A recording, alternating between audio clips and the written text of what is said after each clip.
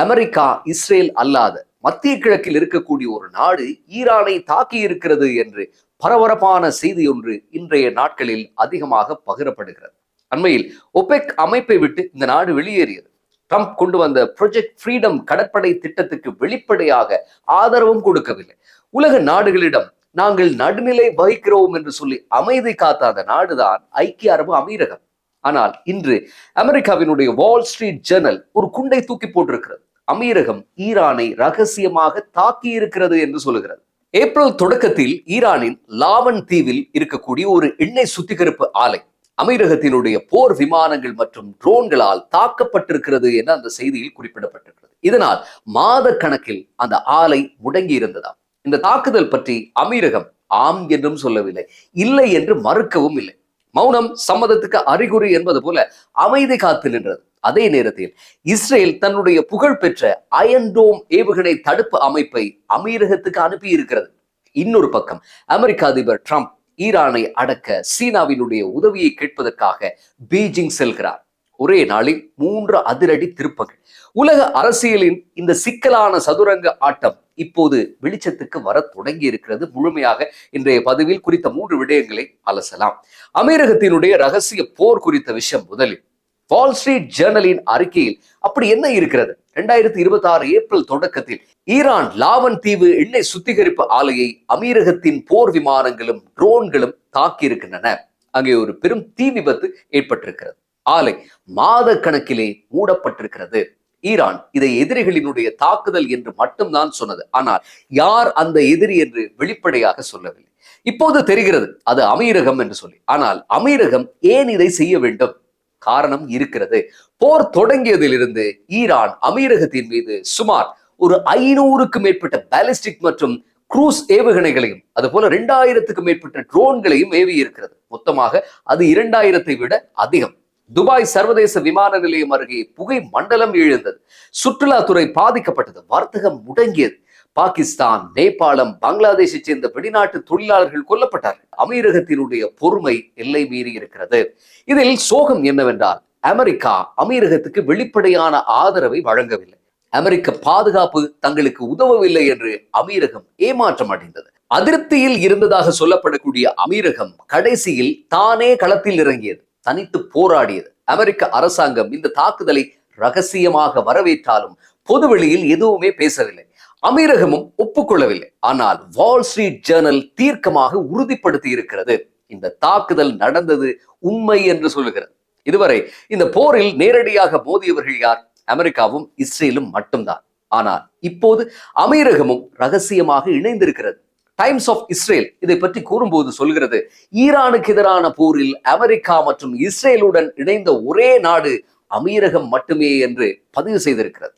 இது ஒரு பாரதூரமான விஷயம். அமீரகம் ஒரு அரபு நாடு, இஸ்லாமிய நாடு, ஈரானோடு வரலாற்று தொடர்புகளை கொண்ட ஒரு நாடு.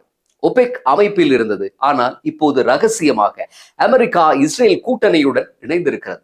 மார்ச் மாதத்திலே இதற்கு ஒரு சிறு அறிகுறி தெரிந்தது. ஈரானில் இருக்கக்கூடிய ஒரு கடல் நீர் சுத்திகரிப்பு நிலையத்தை அமீரகம் தாக்கியதாக இஸ்ரேலிய ஊடகங்கள் செய்தி வெளியிட்டிருந்தன.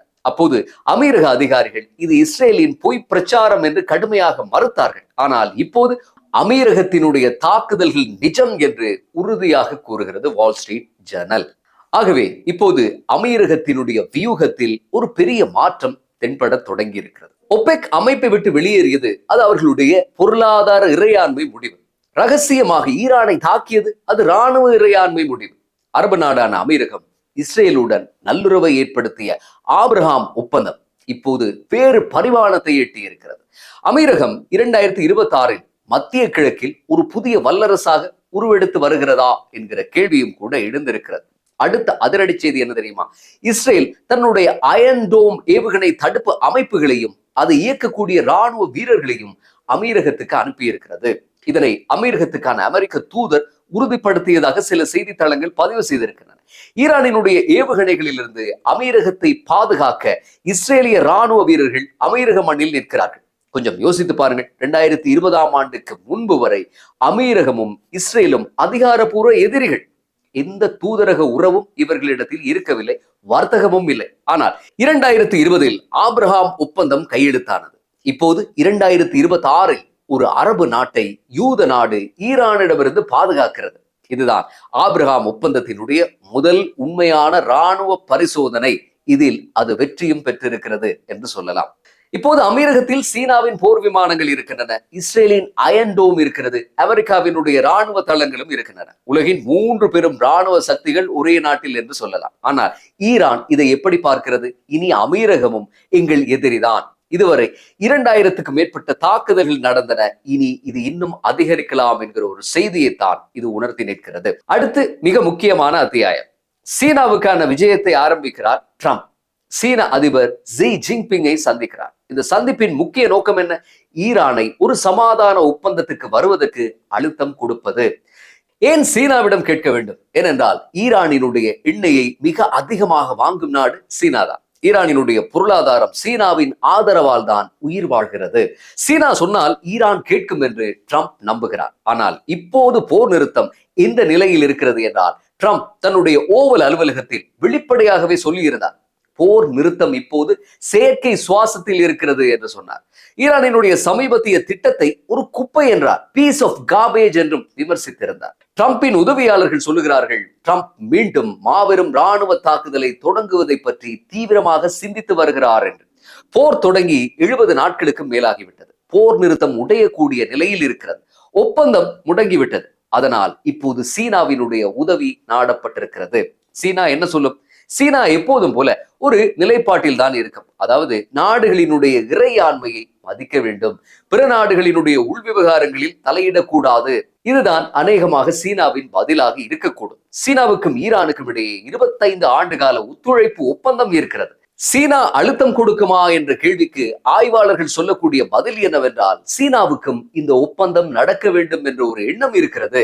ஹோமோஸ் நீரிணை திறக்கப்பட்டால் சீனாவினுடைய எண்ணெய் இறக்குமதி தடையின்றி நடக்கும். ஆனால் அதை பகிரங்கமாக சொல்வது சீனாவினுடைய பாணி அல்ல. பீஜிங்கில் மூடிய கதவுகளுக்கு பின்னால் என்ன நடக்கும்? உலகம் ஆவலோடு காத்து கொண்டிருக்கிறது. இன்று 3 மாபெரும் உண்மைகள் உடைந்திருக்கின்றன. ஒன்று, அமீரகம் ரகசியமாக ஈரானை தாக்கியது. லாவன் தீவு ஆலை முடங்கியது. 2000க்கும் மேற்பட்ட தாக்குதல்களுக்கான பதிலடி இது என்று சொல்லப்படுகிறது. இரண்டாவது, இஸ்ரேல் அமீரகத்துக்கு அயன் டோம் பாதுகாப்பை கொடுத்திருக்கிறது. ஆபிரகாம் ஒப்பந்தம் வெறும் காகிதத்தில் இல்லை, அது களத்திலும் உண்மையாக இருக்கிறது. மூன்றாவது, ட்ரம்ப் பீஜிங்கில் இருக்கிறார். ஈரானினுடைய ஒப்பந்த கோரிக்கையை குப்பை என்கிறார். சீனாவினுடைய உதவியையும் கேட்கிறார். உலக அரசியலின் சதுரங்க பலகையில் புதிய காய்கள் நகர்த்தப்பட்டிருக்கின்றன. பொறுத்திருந்து பார்ப்போம். மீண்டும் அடுத்த பதிவில் சந்திப்போம்.